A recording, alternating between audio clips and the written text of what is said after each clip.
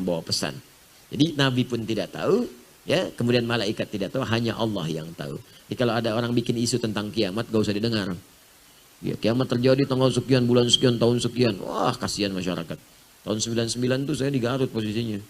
Ada yang bikin isu kiamat terjadi tanggal 9, bulan 9, tahun 99. Itu sebagian pasar sepi. يغويني لو في صلاتي يغريني ويجيني في كل حين عوذ بالله. Assalamualaikum warahmatullahi wabarakatuh. Waalaikumsalam warahmatullahi wabarakatuh. Ustaz, saya yakini apa yang terjadi saat ini pasti yang terbaik dari Allah. Ya memang, gitu ya. Allah mustahil memberikan yang tidak baik, ya. Jadi semua yang baik-baik pasti dari Allah.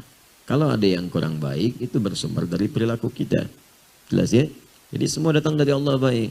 Hujan misalnya, kita lihat hujan nih. Hujannya sih baik dari Allah. Buka Quran surah ke-31 ayat 34. Innallaha 'indahu 'ilmus sa'ah wa yunazzilul ghaits. Ya wa ya'lamu ma fil arham wa ma tadri nafsun madza taksibu ghadan wa ma tadri nafsun bi ayyi ardin temut. Kata Allah, sungguh hanya milik Allah pengetahuan tentang 5 hal. Dan ini gak akan pernah dibagi pengetahuan ini. Jangankan pada manusia, malaikat pun gak tahu. Di antara makhluk yang paling dekat dengan Allah adalah seorang yang mulia, Nabi Muhammad sallallahu alaihi wasallam. Saking mulianya, tadi malam banyak saya uraikan, malaikat Jibril pun yang dekat dengan Allah nanya kepada Nabi tentang satu di antara 5 persoalan ini. Yang pertama tentang kiamat, sa'ah. Innallaha 'indahu 'ilmus sa'ah. Pengetahuan tentang waktu pasti terjadi kiamat. Di Quran tuh banyak, yaumul akhir ada, yaumul qiyamah, yaumuddin. Tapi ketika menunjuk waktu, diksinya berubah menjadi sa'ah. Sa'ah itu jam kalau bahasa sekarang. Jam itu kan ada menitnya, ada detiknya. Itu kata Allah, innallaha pakai inna. Harfu nasbin wa taukidin, huruf penguat, penancap di dalam jiwa yang meyakinkan. Tansibul isma, yang menguatkan apa yang akan disampaikan dari nama atau informasi yang disebutkan. Wa tarfa'ul khabara, dan mengangkat peristiwa untuk diketahui kemudian oleh kita hukumnya. Ya, mabniun alal fathi la mahalla lahu minal i'rabi. Ya, didasarkan pada fathah, pembuka, diketahui, dibuka supaya paham kita. Ya, jadi innallaha, sungguh aku yakinkan kata Allah. Tanamkan keyakinan ini pada jiwamu. Demikian cara menerjemahkannya dengan ilmu nahwu. Tanamkan keyakinan pada jiwamu. Jangan pernah ragu kata Allah. Indahu ilmus sa'ah, hanya milik Allah pertama pengetahuan tentang kiamat. Kapan terjadi kiamat? Waktunya, jamnya, menitnya. Gak ada yang tahu. Ya, saking gak ada yang tahu ya pun, malaikat pun yang paling dekat dengan Allah, malaikat Jibril, sampai disebut dengan Ruhul Amin, ya itu gak tahu terjadinya, tapi uniknya nanya pada Nabi Muhammad. Tuh, jadi kemuliaan Nabi Muhammad sampai malaikat turun nanya sama Nabi. Itu diabadikan di hadis Muslim, nomor hadis yang ke-8. Lalu kemudian disampaikan kembali, dinukil oleh Al-Imam An-Nawawi dalam kitabnya Al-Arba'in itu, ya, dari 42 hadis, nomor hadis yang kedua. Ya, tentang hadis Islam, iman dan ihsan itu. Ya, dan kalau kita bacakan cukup panjang. Ya, an Abi Hafsin Umar bin Khattab radhiyallahu taala anhu qala bainama nahnu julusun inda Rasulillah sallallahu alaihi wasallam ittala alaina rajulun shadidu bayadi thiyabi shadidu sawadi sa'ali la yura alaihi atharu safari wa la ya'rifu minna ahadun fajalasa ila an-nabi sallallahu alaihi wasallam. Ya, kemudian apa? Fa asada rukbatayhi ila rukbatayhi wa dhaqa fa ila fakhidhihi fa qala ya Muhammadun akhbirni 'anil Islam. Faqala Rasulullah sallallahu alaihi wasallam, al-Islam an tashhadu an la ilaha illallah wa anna Muhammadar Rasulullah wa tuqima as-shalah wa tu'tiya az-zakata wa tasuma ramadhana wa tasuma ramadan tahujjal baita illa istata'a ila sabila. Qala sadaqta. Ya, fa'ujibna yas'aluhu fa yusaddiquhu. Fa akhbirna 'anil iman, fa akhbirna 'anil ihsan. Terakhir kemudian bertanya tentang kiamat. Ya, datang seorang laki-laki kepada Nabi sallallahu alaihi wasallam. Ya, tiba-tiba orang ini tidak kelihatan dari mana datangnya. Bagus putih bajunya. Tersisir rapi rambutnya. Datang kepada Nabi, tiba-tiba mengambil saf terdepan sampai lututnya berhadapan dengan lutut Nabi SAW. Nah, ini adab dalam menuntut ilmu. Malaikat Jibril menyamar jadi seorang penuntut ilmu, datang kepada Nabi di antara halaqah Nabi SAW. Kalau mau datang kepada majlis ilmu pakai pakaian yang bagus. Malaikat nyamar mau datang ke majlis ilmu, datang pakai baju yang bagus. Anda malaikat bukan datang majlis ilmu pakai kaos oblong. Ya, datang yang bagus, pakai yang baik. Kemudian datang ambil saf paling depan. Saf paling depan itu fokusnya tinggi. Mic-nya mati, kedengaran tetap. Fokus tinggi. Ya, mau ngantuk tahan-tahan saf depan. Ya, mau bikin status susah, mau selfie malu. Dia kan Anda ngambil posisi yang strategis hanya untuk urusan dunianya, memang dapat juga, cuman fokusnya nggak akan maksimal. Ya, posisi terbaik nih dekat tembok. Nah, kena kipas angin, plek tidur aja kan. Aduh, selesai doa, sarapan pulang. Baik, datang. Kemudian bertanya pada Nabi tentang perkara Islam, iman, ihsan. Setelah itu nanya mata sa'ah. Sa'ah kalimatnya. Kapan waktu tepatnya terjadi kiamat? Nanya. Kata Nabi, mal mas'ulu anha bi'alama minas sa'il. Yang ditanya tidak lebih tahu daripada yang bertanya. Anda kan lebih dekat dengan Allah. Tanya saya, kan?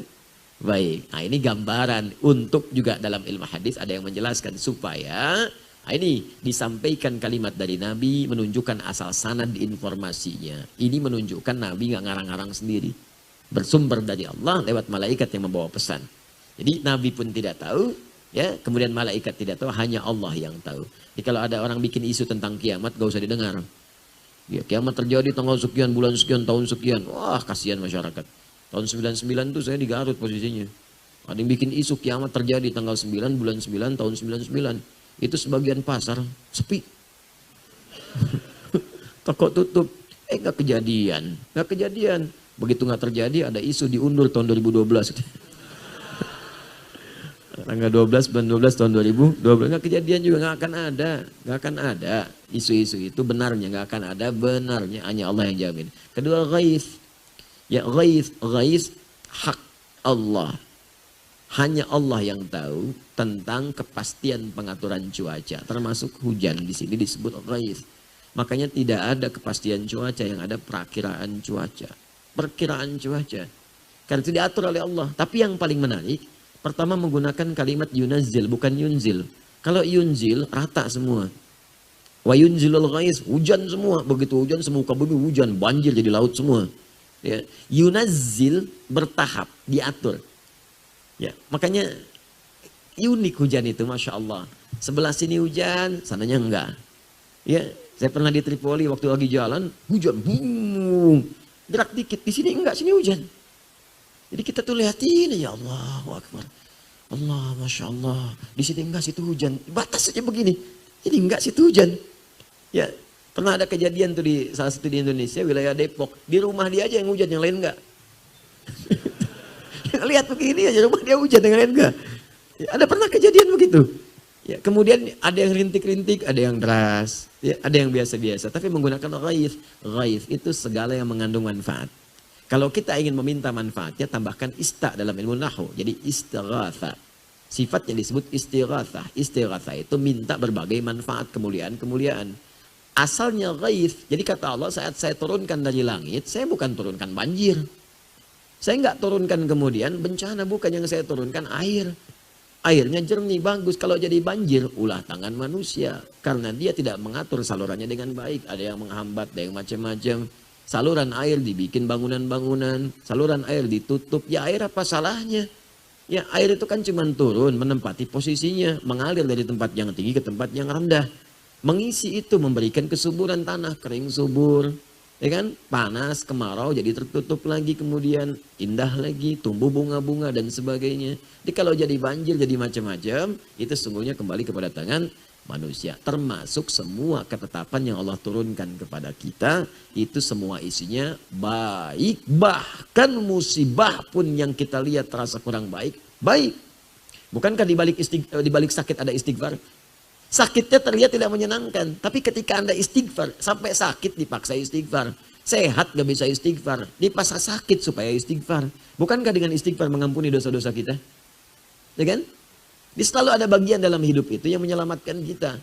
Bahkan kata Allah, diberikan azab al-adna, dunal azab al-akbar. Saya berikan petunjuk pada yang masih ngeyel itu dengan hukuman yang ringan saat di dunia. Dikasih dulu sedikit supaya sadar. Supaya dia ingat, jangan sampai pulang ke akhirat lebih banyak menderitanya. Makanya pelaku maksiat kadang-kadang mengalami musibah, mengalami bencana, supaya sadar bahwa perbuatan itu salah. Ya, ada orang terpikir berbuat maksiat, kepleset. Dikasih pleset oleh Allah supaya sadar, jangan melangkah ke sana. Ada yang bannya meletus tengah jalan, ya kan? Mau berbuat maksiat, ya datang ke tempat maksiat, belum pernah bermaksiat, tiba-tiba kepleset, ban meletus, ya. Ada yang kemudian hatinya gelisah tak karuan, ada yang tiba-tiba kedatangan tamu, ada yang mengingatkan, itu supaya dicegah berbuat maksiat. Di semuanya baik yang datang dari Allah. Jelas ya? Allah.